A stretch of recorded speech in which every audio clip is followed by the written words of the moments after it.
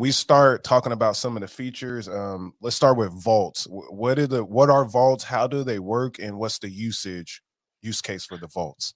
Yeah, so vaults, and in fact, this could be some a bit alpha. We are actually developing a version 2 at the moment, and it should be coming out pretty soon. So vaults are essentially thought of as two things. One of them is we're a DeFi first platform. We want users to use DeFi.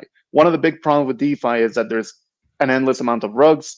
There's an endless amount of like tokens that are held by insiders or project leaders that you don't know when they can dump them. You don't know like what their vesting schedule looks like. You don't know.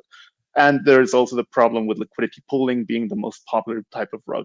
So what a vault is, it's a decentralized escrow contract that is time locked to a certain timestamp.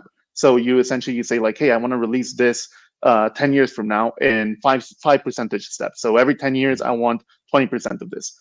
And you can be sure, because it's like on-chain and auditable on-chain, that the parameters that the user set will be fulfilled, because the user, once the escrow is created, the user has no control of it.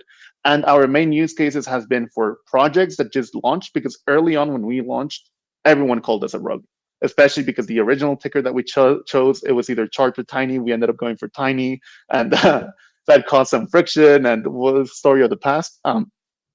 But everyone thought that we were a rug. So because everyone thought we were a rug, we're like, okay, well then let's start to build products so that when somebody else tries to start out their business on Algorand, not everyone thinks they're a rug, and at least they can have some indicatives that, hey, this is going to follow set schedule, this is meant to be doing X thing, or like this liquidity is just always going to be here. And how do I do that? Well, I just do a burn bolt, and you can just audit yourself, like I will never have access to this liquidity and things like that.